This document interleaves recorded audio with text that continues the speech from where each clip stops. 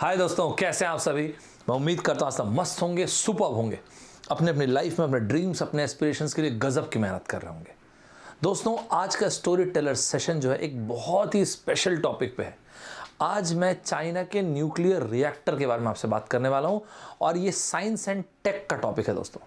ये टॉपिक सिर्फ अभी इंपॉर्टेंट है ऐसा नहीं है दोस्तों, आने वाले कई ईयर्स तक ये टॉपिक इंपॉर्टेंट होगा और इसमें डेवलपमेंट होते रहेंगे 2023 2026 जब इस रिएक्टर को ग्रिड से कनेक्ट करेंगे।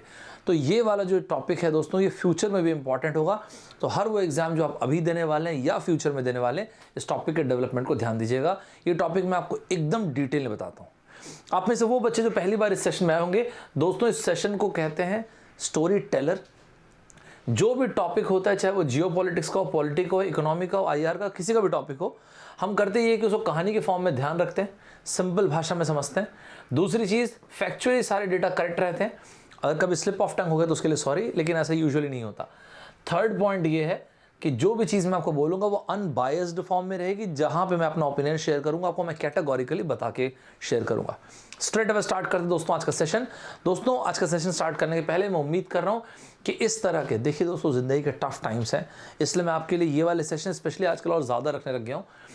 क्योंकि देखिए 1-1.5 साल होगा हम अपने दोस्तों से नहीं मिले होंगे, लाइफ जीने के तरीके हमारे बदल चुके हैं, बिहेवियरल चेंजेस हम में आ चुके हैं। तो लड़ते रहिएगा दोस्तों, टफ टाइम्स है, ये टाइम भी एक धीरे धीरे चला जाएगा। ये सेशंस में मैं आपको अलग अलग बुक्स के रिकमेंडेशन भी देता हूँ, ज़रूर देखिए अगर आपने नहीं देखा हो तो। डिप्रेशन से किस तरह से लड़े, अनलिमिटेड पावर, इस तरह से बहुत सारे सेशंस हैं। चलिए दोस्तों, आज के द स्टोरी टेलर सेशन पे आते हैं। दोस्तों, ये बोलना शायद गलत नहीं होगा कि आज जिस दौर में हम जी रहे हैं, ये कुछ वैसा ही है जैसे 1950 से 90 के दौरान शीत युद्ध का दौर था, जब United states of America USA और यूएसएसआर के बीच में शीत युद्ध, छद्म युद्ध, एक प्रॉक्सी वॉर था जो वो चल रहा था। तो अगर आज के इस दौर को मैं यूनाइटेड स्टेट्स, यूएसए के और चाइना के बीच में अगर कहूँ तो कोल्ड वॉर 2.0 कहूँगा तो शायद गलत नहीं होगा दोस्तों। ये कुछ इस तरह की चीज़ है और इसलिए तकरीबन हर रोज़ यूएसए के और चाइना के मुंह से आप, मतलब यूएसए और चाइना के बीच में कोई ना कोई नोकझोंक वाली बात आप तकरीबन डेली सुनेंगे। कोई ना कोई न्यूज़ डेवलपमेंट होता ही रहती है, तो होती ही रहती है। और इस तरह से आज भी एक बढ़िया न्यूज़ का मैं आपको डिस्कशन कर रहा हूँ। Concerns grow over China's nuclear reactors. एक से ज़्यादा है, मतलब रिएक्टर्स क्या है क्या नहीं है, ज़रूर देखते हैं। देखिए दोस्तों, कोई भी टॉपिक मैं आपको डिटेल में बताऊंगा, लेकिन उसके पहले आपको एक कंप्रेस करके नोट्स के फॉर्म, मतलब शॉर्ट नटशेल में बताता हूं, फिर मैं आपको विस्तार से बताऊंगा। दोस्तों, इस टॉपिक को रखिएगा साइंस एंड टेक के अंदर। मेरी तरफ से इस टॉपिक को लगाइएगा double star. Very very important topic, considering जो इसका फ्यूचर इंपैक्ट होगा उसके हिसाब से। देखिए दोस्तों, अभी ये देखने को मिला, शी जिनपिंग साहब है ये, शी जिनपिंग साहब का आपको एक प्रॉमिस याद होगा जो इन्होंने यूएन में कहा था कि देखिए जी 2060 तक के चाइना अपनी तरफ से ये कमिट करता है, प्रतिबद्धता रखता है कि हम कार्बन न्यूट्रल कंट्री बनेंगे। इस वाले पॉइंट को ध्यान रखिएगा। शी जिनपिंग साहब का स्टेटमेंट है ये कि 2060 तक के हम एक कार्बन न्यूट्रल कंट्री बनेंगे, राइट। चलिए अब इसके आगे चलते हैं। देखिए दोस्तों, ये चाइना के मैप को मैं थोड़ा सा यहाँ से निकाल जूम करके ऐसा रख दिया हूँ मैं। ताइवान के ठीक सामने चाइना के, और यहाँ पे रहा ताइवान के ठीक सामने दोस्तों ये वाला जो रीजन है ये कहलाता है, अब ये देखेंगे चाइना की कोस्टल लाइन है दोस्तों। ये वाला जो रीजन है ना दोस्तों, ये स्पेसिफिक प्रोविंस है और इस प्रोविंस का नाम है दोस्तों Fujian province, FUJIAN, Fujian province है दोस्तों। ये कौन सा प्रोविंस है दोस्तों? Fujian province. इस फुजियान प्रोविंस में एक आइलैंड बोल दीजिए जो कि है चांगबियो आइलैंड, या तो आप चांगबियो आइलैंड बोल दीजिए या तो आप बोल दीजिए द आइलेट्स ऑफ चांगबियो। इसकी पूरी कहानी है दोस्तों। मैं आपको पीस बाय पीस एक एक चीज बताऊंगा दोस्तों, कोई भी चीज मिस मत कीजिएगा। तो देखिए दोस्तों, मैंने आपसे पहले कहा कि आप चाइना में जिस प्रोविंस के बारे में मैं आपसे बात कर रहा हूं, इस प्रोविंस का नाम है दोस्तों Fujian province, FUJIAN, Fujian province. ये रहा वो प्रोविंस दोस्तों। इस प्रोविंस में जब आएंगे दोस्तों तो आप बोल दीजिए चांगबियो आइलैंड या फिर द आइलेट्स ऑफ चांगबियो, दोनों में से कुछ भी बोलना चाहें। CHANGBIO BIAO, या तो आप बोल दीजिए चांगबियो आइलैंड बोल दीजिए, या फिर द आइलेट ऑफ चांगबियो, CHANGBIAO, दोनों में से जो चाहे बोल सकते हैं दोस्तों। द आइलेट्स ऑफ चांगबियो, कुछ भी बोल सकते हैं दोस्तों। यहाँ की ये कहानी है दोस्तों। यहाँ पे ऐसा क्या देखा गया दोस्तों, यहाँ पे दोस्तों चाइना 2 CFR 600, कितने दोस्तों, 2, क्या चीज दोस्तों, CFR 600, क्या है सर ये CFR 600 दोस्तों? CFR 600 sodium cooled fast neutron nuclear reactor है दोस्तों। क्या है दोस्तों ये? सोडियम कूल्ड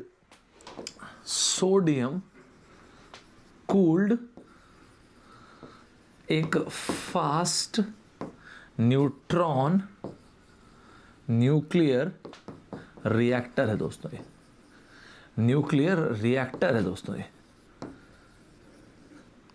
तो ये दोस्तों TOR दोस्तों, ये 2 चाइना जो है 2 CFR 600 sodium cooled fast neutron nuclear reactor जो है, ये दोनों वहां पे कंस्ट्रक्ट कर रहे हैं दोस्तों। ये दोनों के दोनों ना दोस्तों क्या करेंगे, सबसे पहली बात दोस्तों, ये दोनों के दोनों non fossil fuel based renewable energy produce करेंगे, क्योंकि फॉसिल फ्यूल तो यूज कर रहे हैं, न्यूक्लियर एनर्जी प्रोड्यूस कर रहे हैं। तो non fossil fuel based renewables energy ये लोग प्रोड्यूस करेंगे दोस्तों। देखिए दोस्तों, भारत हुआ, चाइना हुआ, हमारी आबादी बहुत है, और आबादी जब बहुत है ना तो एनर्जी की कमी स्वाभाविक है होना, और आपको एक देश के रूप में सशक्त बनने के लिए यू नीड एनर्जी, राइट। तो चाइना का कहना यह है कि इससे हम चाइना को एनर्जी सिक्योर बना रहे हैं। इस तरह के कदमों से हम चाइना को एनर्जी सिक्योर बना रहे हैं। देखिए दोस्तों, ये सुनने में बढ़िया लग रहा है, और कंसिडरिंग कि शी जिनपिंग साहब ने ये कहा भी है कि 2060 तक के चाइना एक कार्बन न्यूट्रल कंट्री बन जाएगा। लेकिन दोस्तों, यूनाइटेड स्टेट्स के ऑफिशियल्स और कई सिक्योरिटी एक्सपर्ट्स का कहना है कि सर ये जो ना पीसीसी मतलब होता है, मतलब पीसीसी का मतलब प्लूटोनियम सिविल, जो आपका plutonium civil programme, sorry PCP, ऐसा कुछ शॉर्ट फॉर्म नहीं है, मैंने ऐसे लिख दिया है, प्लूटोनियम सिविल प्रोग्राम। ये जो आप चला रहे हैं ना सर, ये सर कुछ तो गड़बड़ है दया, कुछ तो गड़बड़, मतलब सर कुछ तो भी गड़बड़ लग रही है। ये सुनने में तो मजेदार लग रहा है सर कि आप ना एनर्जी सिक्योर करना चाह रहे हैं अपने लोगों के लिए, अपने लोगों को आप एनर्जी प्रोवाइड करना चाह रहे हैं, एनर्जी सिक्योरिटी पे आप वर्क कर रहे हैं सर। लेकिन पता है क्या, ये जो पीसीसी है ना सर, आपका जो प्लूटोनियम, आप प्लूटोनियम सिविल प्रोग्राम जो आप चला रहे हैं ना सर, इसमें कुछ गड़बड़ लग रही है अपने को। तो लोगों ने पूछा कि गड़बड़ किस बात की, जरा ये बताइए। देखिए सर, आपका कहना यह है कि आपकी प्रतिबद्धता है, आप अपने लोगों के एनर्जी रिक्वायरमेंट को फुलफिल कर रहे हैं, जो कि ठीक है सर। सर हम जो सिक्योरिटी एक्सपर्ट्स हैं, हमको ऐसा लग रहा है कि आप दुनिया को डराने के लिए, जिसके लिए एक शब्द होता है दोस्तों डेटरेंट, आप ना सर इसको एज अ डेटरेंट भी यूज करने का सोच रहे हैं, ऐसा हमें लग रहा है सर। लेकिन ऐसा क्यों लग रहा है आपको, ये तो बताओ। ये मैं आपको विस्तार से बताता हूँ। यहाँ तक आपको समझ में आया दोस्तों? मेरे ख्याल से आपको यहाँ तक के आइडिया हुआ उसकी कहानी किस बारे में, राइट दोस्तों? तो मेरे ख्याल से आपको यहाँ तक ये आइडिया हुआ होगा कि कहानी है किसके बारे में दोस्तों। तो दोस्तों, ये आ गया चाइना का कोस्टल रीजन। आप देखिए दोस्तों, जैसे कि आपके राइट पैर के निशान बनते जाते होंगे, फुटप्रिंट्स बनते जाते होंगे, इस तरह से ना दोस्तों ऐसे बहुत सारे छोटे छोटे छोटे छोटे छोटे छोटे बहुत सारे आइलैंड्स हैं। बहुत सारे मतलब सॉरी यार, बहुत सारे का मतलब मैं आपको बता रहा हूँ 5000 से भी ज़्यादा छोटे छोटे आइलैंड्स हैं दोस्तों। इसी तरह से एक आइलैंड है चेंगबियाओ, तो चेंगबियाओ आइलैंड बोल दो या द आइलैंड्स ऑफ चेंगबियाओ बोल दो। तो चाइना की कोस्ट लाइन में देखेंगे तो ऐसे राइट पैर के फुटप्रिंट्स की तरह बहुत सारे छुटपुट आइलैंड्स हैं। उसमें से एक आइलैंड है चेंगबियाओ आइलैंड, जो कि फुजियान प्रोविंस में आपको दिखेगा दोस्तों। पहला पॉइंट। दूसरा पॉइंट दोस्तों, विस्तार से बता रहा हूं दोस्तों, एकदम पूरा आपको मैं एक एक चीज बताऊंगा इसके बारे में, कोई भी चीज मिस मत कीजिएगा दोस्तों। दूसरा पॉइंट दोस्तों, अभी लेटली सिक्योरिटी एक्सपर्ट्स का कहना है कि सर जी ये जो आप 2 CFR 600 sodium cooled fast neutron nuclear reactor जो आप इंस्टॉल कर रहे हैं, कंस्ट्रक्ट कर रहे हैं सर, हमको कुछ तो गड़बड़ घोटाला लग रहा है। अच्छा सर ये बात आइए, इसको आप लोग ग्रिड से कब कनेक्ट करेंगे सर? तो चाइना ने बताया कि देखो यार, अभी तो अपना प्रोग्राम है कि हम 2023 और दूसरे वाले को 2026 तक ग्रिड से कनेक्ट करेंगे। तब तक ये न्यूज़ जो है इंपॉर्टेंट रहेगी दोस्तों, ध्यान रखिएगा, और खैर उसके बाद भी रहेगी। और हमारा प्रयास ये है कि हम अपने देश के लोगों को एनर्जी सिक्योर बनाने का भरपूर प्रयास कर रहे हैं दोस्तों। एनर्जी डेफिसिट जो क्रिएट हो रहा है उसको फुलफिल करने का प्रयास कर रहे हैं, और इस तरह से हमारी प्रतिबद्धता हमारे एनवायरनमेंट के लिए भी है। इसलिए हम न्यूक्लियर एनर्जी पे, मतलब हम लोग जो काम कर रहे हैं वो ये non fossil fuel renewable energy पे काम कर रहे हैं, ऐसा कहना है चाइना का। यहाँ तक के साथ चल रहे हैं दोस्तों। इसी में एक और पॉइंट सुनिएगा दोस्तों। बेसिकली यहाँ पे ये जो करने वाले हैं वो एक बार एक चीज़ को धीरे धीरे बताता हूँ। ये प्रोड्यूस करेंगे दोस्तों प्लूटोनियम, ठीक है जी। अब उसके बाद ये है कि ये प्लूटोनियम जो है मोस्ट प्रोबेबली रीप्रोसेसिंग में यूज होगा। अब देखिए जी, ये जो है रीप्रोसेसिंग CESSING, देखिए जी, तो यहां पे प्रोड्यूस करेंगे basically plutonium, and this plutonium can be reprocessed किस चीज के लिए? ये दोस्तों रीप्रोसेसिंग में यूज करेंगे किस चीज के लिए? एज अ फ्यूल सोर्स दूसरे न्यूक्लियर रिएक्टर्स के लिए। साथ चल रहे हैं दोस्तों, दूसरे न्यूक्लियर रिएक्टर्स के लिए। मेरे ख्याल से यहां तक आप साथ चल रहे होंगे दोस्तों। अच्छा, तो ये रीप्रोसेस करेंगे और ये यूज होगा एज अ फ्यूल सोर्स दूसरे न्यूक्लियर रिएक्टर्स के लिए। Yes, absolutely. अब दोस्तों बात ऐसी है यहाँ पे, ये तो मैं चलो समझ गया। इसके साथ साथ दोस्तों जो सिक्योरिटी एक्सपर्ट्स का कहना है कि सर जी ये ना, हमको लगता है आप लोगों के एनर्जी डेफिसिट के अलावा ये भी करेंगे, और सिर्फ ये नहीं सर, ये जो आप प्रोड्यूस कर रहे हैं ना सर, आप लोग ये जो यहाँ पे जो प्लूटोनियम यूज़ कर रहे हैं, प्रोड्यूस कर रहे हैं, प्रोसेस कर रहे हैं न्यूक्लियर रिएक्टर्स के लिए, फ्यूल के लिए यूज़ कर रहे हैं, हमको लगता है सर आप ना साथ साथ ना न्यूक्लियर वॉर हेड्स बनाने के बारे में भी सोच रहे हैं सर। न्यूक्लियर वॉर हेड्स, मैं एक एक चीज़ को जस्टिफाई करूंगा दोस्तों, चिंता मत कीजिएगा।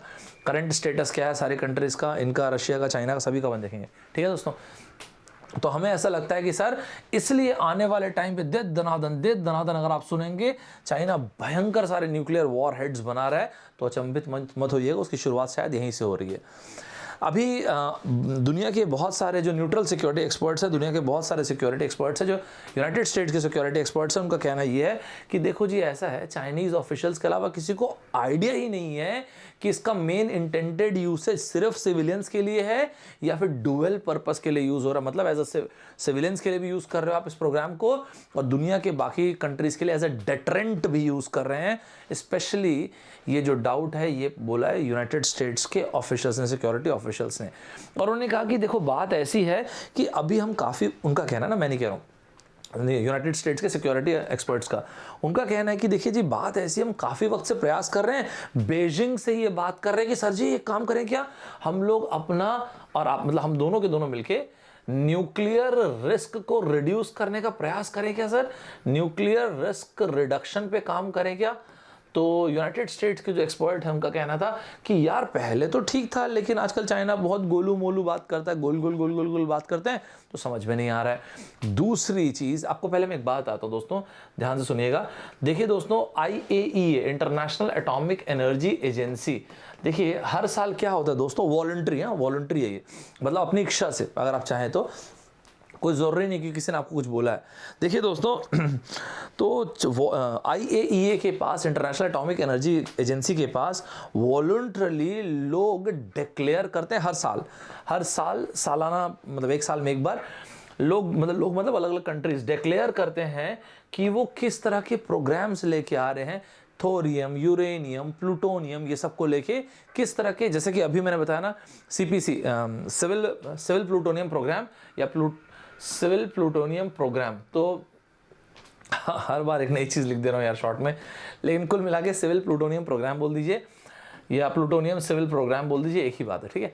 तो अभी कहना यह है कि सर जी अभी आप ना, हर साल हम लोग IAEA के पास डिक्लेयर करते थे कि हम सिविलियंस के लिए कुल मिला के जो प्लूटोनियम का प्रोग्राम लेके आ रहे हैं, कोई भी यूरेनियम, थोरियम, प्लूटोनियम का जो कोई प्रोग्राम लेके आ रहे हैं तो डिक्लेयर करते थे। लेकिन सर आप लोग ना सर 2017 के बाद से जो भी डेवलपमेंट कर रहे हैं डिक्लेयर नहीं किए सर, क्यों सर क्यों? इसी से तो लगता है सर कुछ तो गड़बड़ है दया। समझ पा रहे हैं दोस्तों सभी लोग? तो मेरे ख्याल से यहाँ तक समझ में आया होगा आपको पहले ये टॉपिक। आगे सुनिए एक एक चीज़ दोस्तों, एकदम आराम आराम से देखें, कोई हड़बड़ी नहीं है ना। दूसरा पॉइंट ये दोस्तों, चलो ठीक है, चाइना का जो भी प्रोजेक्ट है जैसा भी है, ये प्रोजेक्ट कंसर्निंग है कि नहीं है, पहले तो ये बताइए सर। और अगर है तो क्यों है कंसर्निंग? सही बात है ना। आप भी ये पूछोगे, पॉइंट में बताऊंगा दोस्तों, मेरे को पॉइंट बताने में मजा आता है। मुझे ऐसा लगता है कि आपको समझ में भी अच्छे से आएगा और नोट्स भी अच्छा बनेगा आपका। नोट्स जरूर बनाइएगा दोस्तों, सिर्फ सुन के मजा आ गया चला गया चले गया ऐसा नहीं, लिखना, नोट्स बनाना। देखिए दोस्तों, मैं खुद ये मानता हूं कि ये जो IAEA international atomic energy agency, अच्छा दोस्तों एक काम करना, कमेंट बॉक्स में विस्तार से जरा बताना JCPOA क्या था, joint comprehensive plan of action, जो कि P5+1 और ईरान के बीच में था, ईरान न्यूक्लियर डील बोलते हैं, जिसको थ्रू करवाया था IAEA ने। IAEA के बुक्स में सबसे अच्छी, मतलब जो आज तक के IAEA ने कुछ सबसे बड़े फैसले, सबसे बड़ी चीज़ों को एडमिनिस्टर किया, मतलब थ्रू करवाया, उसमें से JCPOA एक था। बताइए कमेंट बॉक्स में JCPOA क्या था, ठीक है, जिससे ट्रम्प साहब ने खींच लिया था ना US को। तो देखिए जी, मैंने आपको बोला कि अलग अलग देश वॉलंटरली डिक्लेरेशन देते हैं IAEA में, लेकिन ठीक है, हम ये मानते हैं कि कई बार ये लेट हो जाता है। ये जो रिपोर्टिंग वाला पार्ट है, और रिपोर्टिंग का ये जो पार्ट है ना दोस्तों, रिपोर्टिंग का ध्यान रखिएगा ना दोस्तों, ये वॉलंटरी है, मतलब अपनी इच्छा से, कोई ये ना लीगली बाइंडिंग नहीं है कि तुमने नहीं दिया रिपोर्ट भी चलो मुर्गा बन जाओ, ऐसा नहीं होता भी, है ना। तो ऐसा नहीं है, ये वॉलंटरी अपनी इच्छा से है। तो ये जो रिपोर्टिंग है कई बार लेट होती रहती है, मतलब कई बार इतनी लेट कि एक एक साल तक की रिपोर्टिंग लेट हो जाती है। ये दुनिया के सभी लोगों को पता है, दुनिया के बड़े बड़े न्यूक्लियर साइंटिस्ट जो हैं, जो न्यूक्लियर रिसर्च एक्सपर्ट्स हैं, सबको पता है, सभी लोगों को पता है कि कई बार लेट हो जाता है। लेकिन जो बड़े बड़े एक्सपर्ट्स हैं, सिक्योरिटी एक्सपर्ट्स हैं, उनका जो भी मेन कंसर्न जहाँ पे ड्रॉ हुआ, जहाँ पे उनको मेन चीज़ कंसर्निंग लगी, उनका कहना है कि सर जी, मतलब चाइना को लेके, कि सर आप लोग ना ट्रांसपेरेंसी, सर आप लोग ना ट्रांसपेरेंसी आजकल कम कर दिए सर, ये ठीक बात नहीं सर। कहाँ? तो ये मैं नहीं बोल रहा दोस्तों, बड़े बड़े security experts, non proliferation experts, ये सब लोग बोल रहे हैं दोस्तों। तो ये बड़े बड़े यूनाइटेड स्टेट्स के स्पेशली ये जो non proliferation experts, security experts या गवर्नमेंट ऑफिशियल्स हैं दुनिया के अलग अलग हिस्सों के, उनका कहना है कि सर जी आपने ट्रांसपेरेंसी कम किया सर। गलत बात है सर।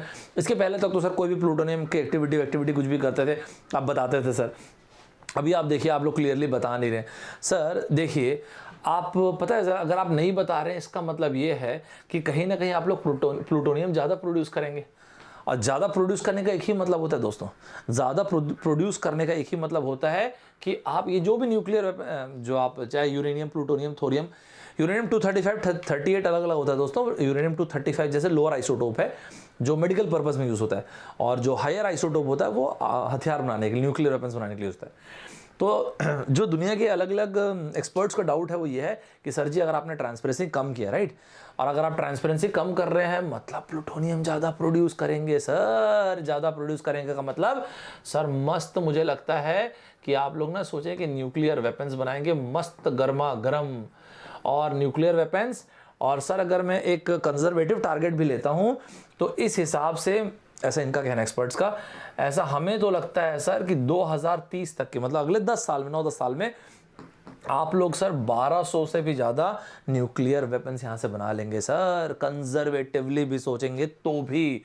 तो कुल मिला के सर ऐसा लग रहा है कि पहले ग्लैंस में देखने में तो ऐसा लग रहा है कि ये जो वेपन ग्रेड प्लूटोनियम के लिए आप इसको यूज़ करेंगे, और इस प्रोग्राम को ना सिर्फ लोगों के लिए नहीं, एज ए डेटरेंट भी यूज़ कर रहे हैं, न्यूक्लियर वॉरहेड्स बना रहे हैं, न्यूक्लियर वेपन्स बना रहे हैं। सर ऐसा है क्या? जल्दी जल्दी बता दीजिए, ऐसा है क्या? आप डुअल पर्पज़ में यूज़ करने वाले हैं क्या सर? है तो बताइए, बताइए, तुरंत बताइए। तो देखिए, जैसे मैंने आपको कहा कि लोग, मतलब countries IAEA international atomic energy agency की गाइडलाइंस को कभी कभी फॉलो करने में सुस्ती कर देते हैं, कभी कभी रिपोर्टिंग में एक एक साल लग जाते हैं, कई बार ज़्यादा लगते हैं। बिल्कुल, मैं खुद भी बोल रहा हूँ, और मतलब मैं क्या यार, सभी लोग दुनिया की इस चीज़ को जानते हैं, राइट। लेकिन दोस्तों जैसा मैंने आपको बताया, अभी बहुत अटेंशन ड्रॉ हुआ है जो चाइना का ये जो सिविल प्लूटोनियम प्रोग्राम है इसकी तरफ। यहाँ तक कि दोस्तों साथ चल रहे सभी लोग। देखते हैं दोस्तों, अभी तो यहाँ पे कोई डिक्लेरेशन 2017 के बाद से उन्होंने, चाइना ने सबमिट नहीं किया इससे रिलेटेड, और अभी तो ऐसा कोई लेजिटिमेट रीज़न भी नहीं बताया कि क्यों सबमिट नहीं किया है। वी विल सी कि ऐसा क्या होता है। देखो मैं आपको लेकिन एक बात आता हूँ, चाइना ने जो इस तरह के रिपोर्टिंग जो बंद किया 2017 से, इसको फ्यूचर में कब रिपोर्टिंग स्टार्ट करता है, पहले हम ना इसको गौर करते रहना कि चाइना अगर रिपोर्टिंग शुरू कर रही है तो फिर फ्यूचर में कब शुरू कर रही है। 2017 से बंद है, ध्यान रखना, ठीक है दोस्तों। आगे सुनिएगा दोस्तों, प्लूटोनियम ब्रीडर के बारे में समझते हैं। ये जो प्लूटोनियम ब्रीडर रिएक्टर्स हैं, इसके बारे में थोड़ा अपन समझते हैं दोस्तों। क्यों सर, इसमें क्या है समझने का, ये मैं बताऊंगा दोस्तों। इससे ना थोड़ा सा आपको कुछ अलमस्त चीज़ कनेक्ट करके बताता हूँ। देखिए दोस्तों, ये चाइना का कौन सा नंबर का 14th 5 ईयर प्लान है ना। 13th 5 ईयर प्लान जो था चाइना का कब शुरू हुआ, 2016 में। 2016 से 2020, हाँ ठीक है, ये 14th ही तो हुआ फिर। ये चाइना का 14th 5 ईयर प्लान है दोस्तों, ध्यान से सुनिएगा दोस्तों, जो कि 2021 से शुरू हुआ, 2025 तक चलेगा, राइट। बिल्कुल ठीक बात है। देखिए दोस्तों, ऐसा सीन है कि चाइना का जो ये 5 ईयर प्लान है, जो 14th 5 ईयर प्लान है, तो चाइना में जो भी पावर प्रोड्यूस ये लोग करते हैं ना दोस्तों, ये जो भी पावर प्रोडक्शन कर रहे हैं, इस पावर प्रोडक्शन का इन्होंने ये कह रखा है कि भाई साहब देखो ऐसा है, हमको 20% इस 14th नंबर के 5 ईयर प्लान में हमको मेक श्योर करना है कि 20% हमारे टोटल पावर प्रोडक्शन का विंड से, हवा से, सोलर से, हाइड्रो पावर से और न्यूक्लियर एनर्जी से प्रोड्यूस होना चाहिए। क्योंकि ऐसा होगा तभी तो भाई कार्बन पे डिपेंडेंसी अपनी कम होगी, सीधी सी बात है। तभी तो जो हम लोग बोल रहे हैं कि कार्बन एमिशन हम कम करेंगे 2060 तक के, कार्बन न्यूट्रल भी तो बनना है, तो ऐसा भी इनका टारगेट है। दूसरी बात ध्यान से सुनते हैं दोस्तों, काफ़ी सारी चीज़ें बोल दूंगा। दूसरी चीज़ दोस्तों बात यह है कि तकरीबन 5% के आसपास चाइना का जो टोटल पावर है, इसका तकरीबन 5%, प्रिसाइसली बोलूँ तो 4.9 है, लेकिन ठीक है वो ऑलमोस्ट 5% के आसपास टोटल पावर जो चाइना प्रोड्यूस करता है, उसका 5% के आसपास न्यूक्लियर पावर है दोस्तों, ध्यान रखिएगा। तो चाइना ने ये भी सोचा कि यार ये जो न्यूक्लियर, एनपी लिख दिया दोस्तों शॉर्ट में, न्यूक्लियर पावर, यार जो सिर्फ टोटल पावर का अगर सिर्फ 5% ही न्यूक्लियर पावर से आ रहा है, तो दोस्तों चाइनीज अथॉरिटी कहना है कि हमको ये तो बढ़ाना है। और इसका चाइना ने क्लियर कट टारगेट बना रखा है कि यार ये बहुत जल्दी 13% तक अपने को करना ही है। वैसे चाइना ने जो डेट मेंशन किया है, मतलब ईयर मेंशन किया है दोस्तों, वो है 2070 तक के, कि 2070 तक के हमको इसको 13% करना है। दोस्तों आपको कुछ और मज़ेदार चीज़ एक थोड़ा सा डेप्थ में लेके चलता हूँ, आपको मज़ा आएगा। दोस्तों देखिए ऐसा सीन है कि 2025, चाइना के कॉन्टेक्स्ट में बात करो ऑब्वियसली, है ना। तो 2025 में दोस्तों देखिए ऐसा है, अभी जो एम है चाइना का वो ये है कि 2025 तक 2025 तक के हम, मतलब चाइना का कहना ये है कि देखो यार, हम जो हमारा इंस्टॉल्ड न्यूक्लियर पावर कैपेसिटी होगा, दोस्तों शॉर्ट में लिख रहा हूँ installed nuclear power capacity, short में लिखा है दोस्तों इंस्टॉल्ड न्यूक्लियर पावर कैपेसिटी, अभी इनका कहना है 2025 तक इनका जो होगा वो होगा 7070 गीगावाट्स का। 2025 तक के हमको इतना करना ही है, चाहे कुछ भी हो जाए। अभी कितना है सर 2021 में? अभी दोस्तों ये है 51 गीगावाट्स। चलो कैलकुलेशन के आसानी के लिए अगर अपन 50 गीगावाट्स भी लेते हैं, 50 गीगावाट्स भी लेते हैं, तो हम ये कह रहे हैं कि 50 गीगावाट से अगले 4 साल में 70 गीगावाट्स, मतलब कितने का अप्रिशिएशन होगा? 7 final value minus initial value, 70 minus 50 हो गया 20 डिवाइड बाई 50 मतलब 2/5 का मतलब 40%। This is some huge increment. और दोस्तों सिर्फ ऐसा नहीं कि जो इनका जो इंस्टॉल्ड न्यूक्लियर पावर कैपेसिटी का सिर्फ इन्होंने यही टारगेट रखा हुआ है, भूलिएगा मत दोस्तों, जो टारगेट है लॉन्ग टर्म इनका विजन है कि 2060 तक के कार्बन न्यूट्रल होना है। और इसलिए इन्होंने कहा है कि हम ये भी सोच के रखे हैं कि 2035 तक के इसका डबल कर देना हमको installed nuclear power capacity. 2 times of 70 कितना हुआ दोस्तों? 2 टाइम्स ऑफ 70 हो गया दोस्तों 140 गीगावाट्स। वैसे कई चाइनीज ऑफिशियल्स का ये भी कहना है कि हो सकता है हम 180 तक भी चले जाएं दोस्तों। ये अगर हो जाएगा तो ये बहुत ज़्यादा, मेरे हिसाब से बहुत ज़्यादा बड़ी बात है, एक मतलब काफ़ी बड़ा अचीवमेंट हो जाएगा दोस्तों। थोड़ा सा डीप डाइव और करते हैं दोस्तों। आज की तारीख में अगर आप देखेंगे तो चाइना में आपको 5050 न्यूक्लियर रिएक्टर ऑपरेटर्स मिलेंगे। 5050 न्यूक्लियर रिएक्टर्स मिलेंगे ऑपरेट होते हुए, ठीक है दोस्तों। तो अब देखिए दोस्तों, ये जो 50 न्यूक्लियर रिएक्टर्स मिलेंगे आपको चाइना में, इसमें से आप देखेंगे तो 14 जो है ये आपके कन्वेंशनल रिएक्टर्स हैं जो कि अंडर कंस्ट्रक्शन भी हैं। लेकिन ये मैं बता रहा हूँ आपको फिर भी बहुत ज़्यादा बड़ी बात है, इसलिए क्योंकि मैं आपको थोड़ी देर में यूएस का भी नंबर, ये चाइना का नंबर है दोस्तों, ठीक है। थोड़ी देर रुक जाइए, कहानी में आगे चलेंगे तो मैं यूएस का भी आपको बताऊँगा।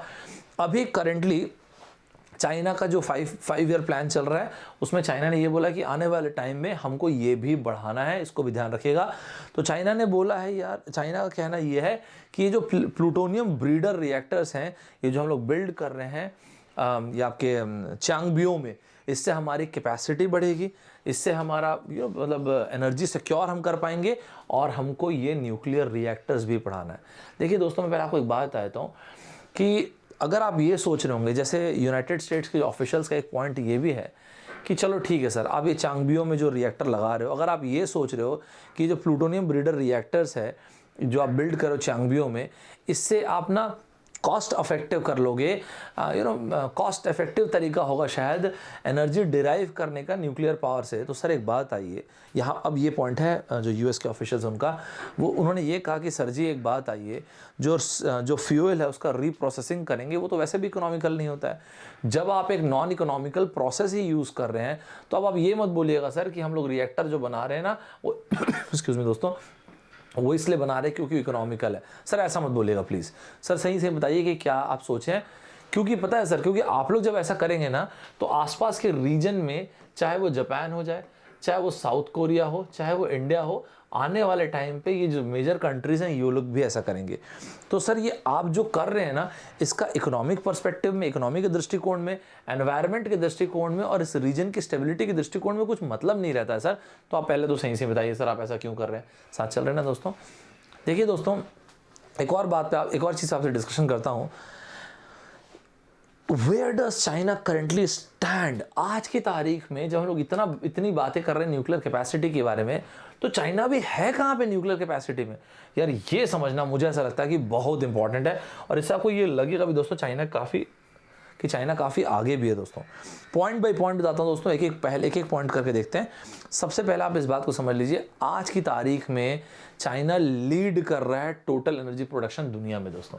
सो दुनिया में टोटल एनर्जी प्रोडक्शन में पूरी दुनिया में चाइना जो है लीड कर रहा है दोस्तों, इसमें कोई डाउट ही नहीं है।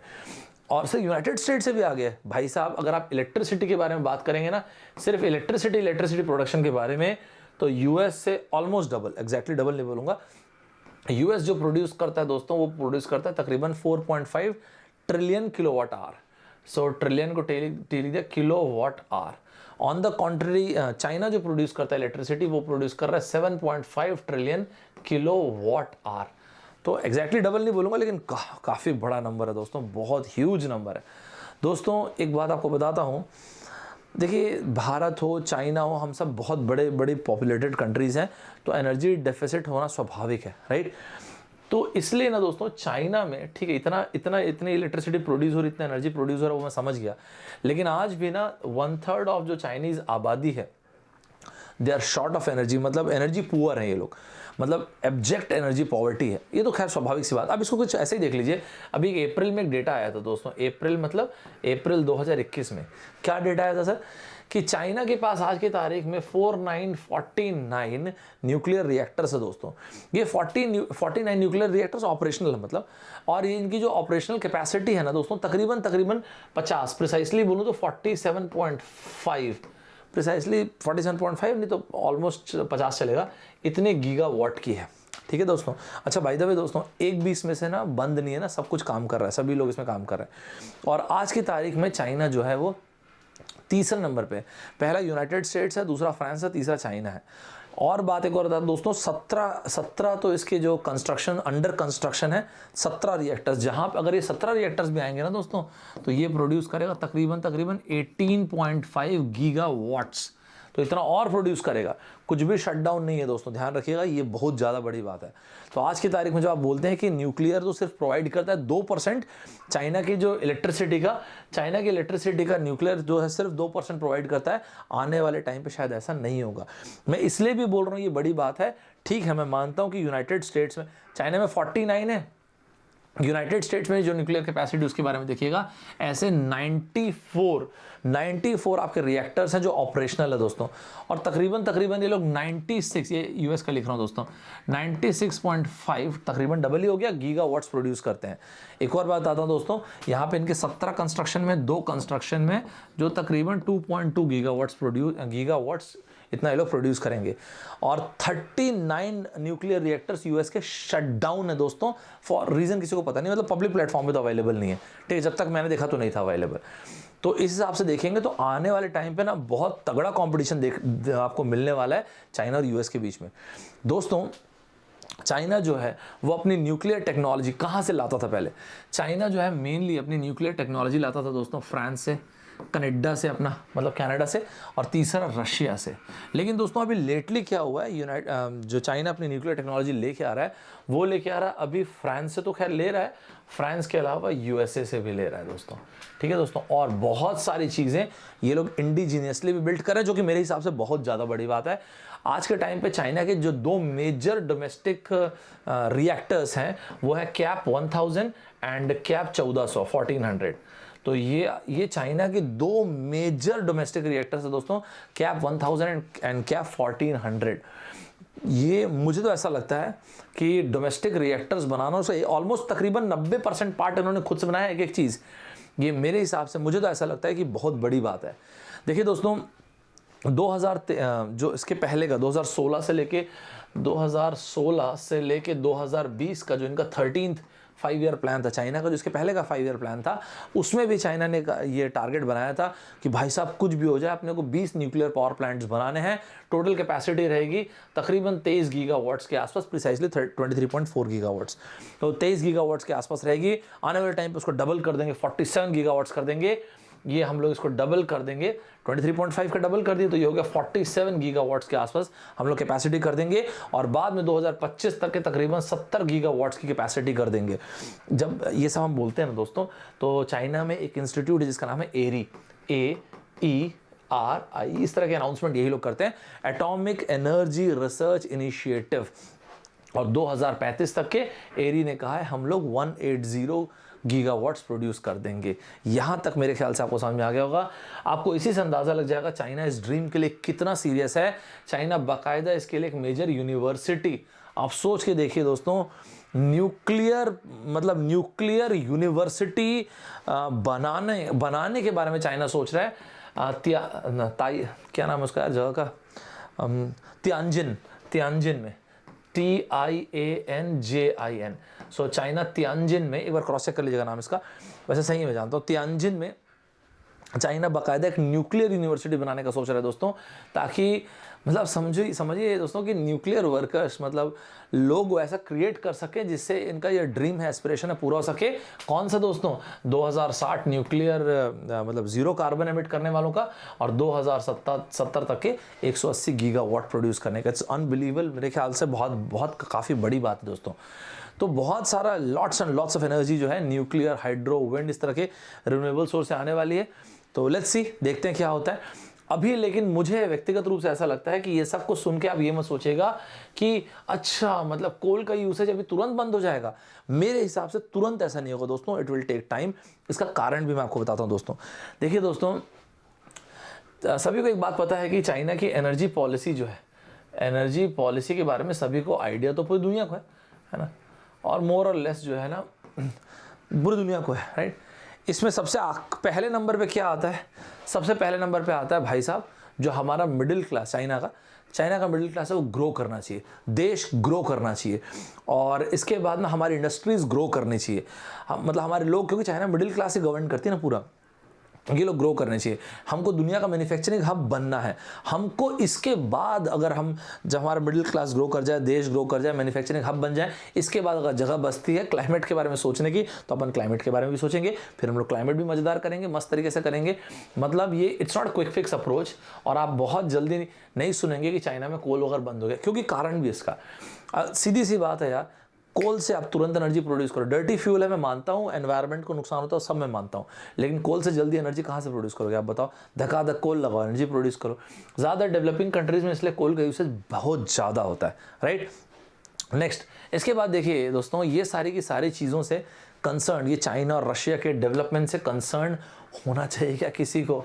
देखिए दोस्तों, ये थोड़ा सा तो मुझे लगता है होना तो चाहिए दुनिया को, और होगा भी यूएस जो है। तो देखिए दोस्तों, सीन ऐसा है कि यूएस के टॉप मिलिट्री ऑफिशियल्स इन सब का कहना ये है कि यार हम लोग ना यहाँ पे एक तो nuclear Arsenal, nuclear weapons, nuclear warheads ये सब तैयार नहीं कर रहे। इधर देखो रशिया को देखो क्या धकाधक अपने मिलिट्री को सब एकदम मॉडर्नाइज किए पड़ा, एक से एक न्यूक्लियर कैपेबिलिटीज, एक से एक न्यूक्लियर वॉरहेड्स, एक से एक न्यूक्लियर वेपन्स, एकदम एक से एक मॉडर्न शॉर्डन वाले मजेदार तरीके से। अगर हम अभी ये सब नहीं करेंगे तो हमारे एडवर्सरीज, हमारे दुश्मनों को लगेगा कि यार हम तो उस पर सीरियस भी नहीं है।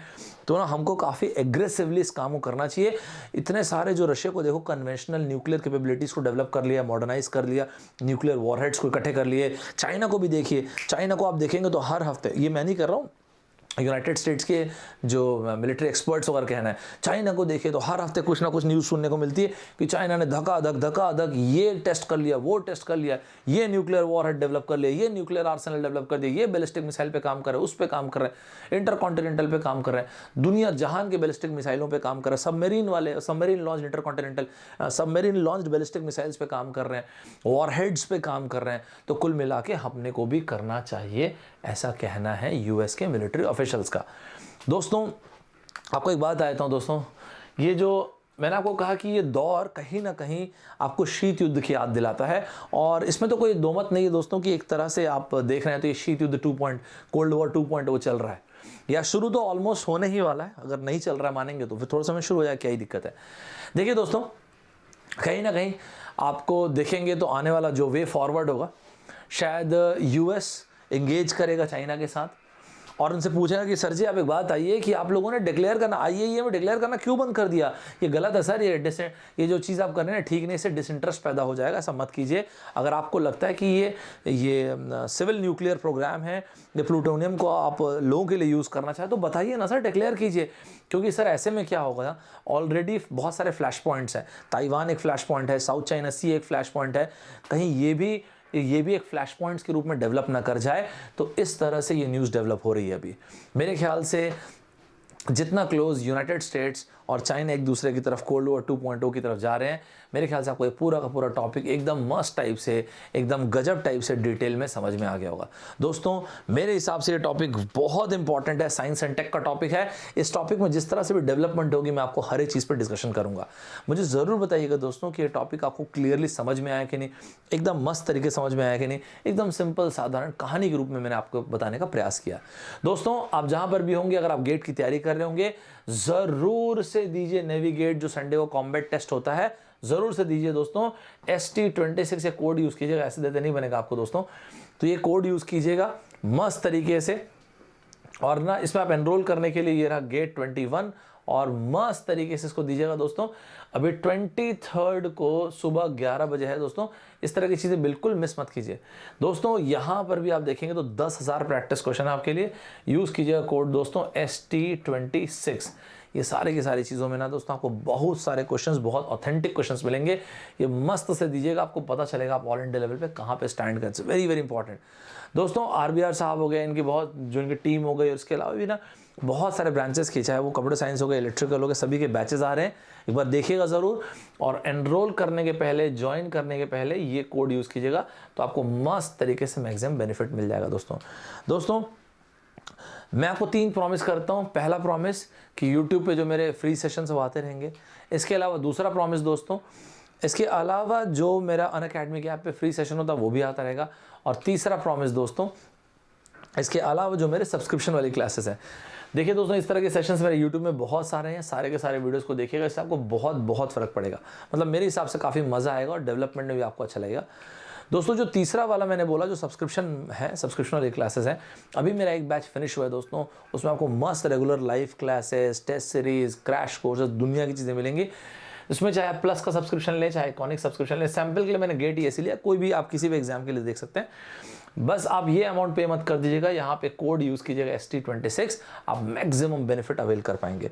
इसी तरह से दोस्तों अगर आप आइकॉनिक सब्सक्रिप्शन लेंगे तो भी इस तरह से यहाँ पे कोड यूज़ कीजिएगा ST26 दोस्तों, तो इससे आपको मैक्सिमम डिस्काउंट मिल जाएगा दोस्तों। सबसे पहले इतने सारे मेरे फ्री वीडियोज़ आते रहते हैं यूट्यूब पे अनअकैडमी के ऐप पे, कि आपको अनअकैडमी के ऐप इंस्टॉल ज़रूर करना चाहिए।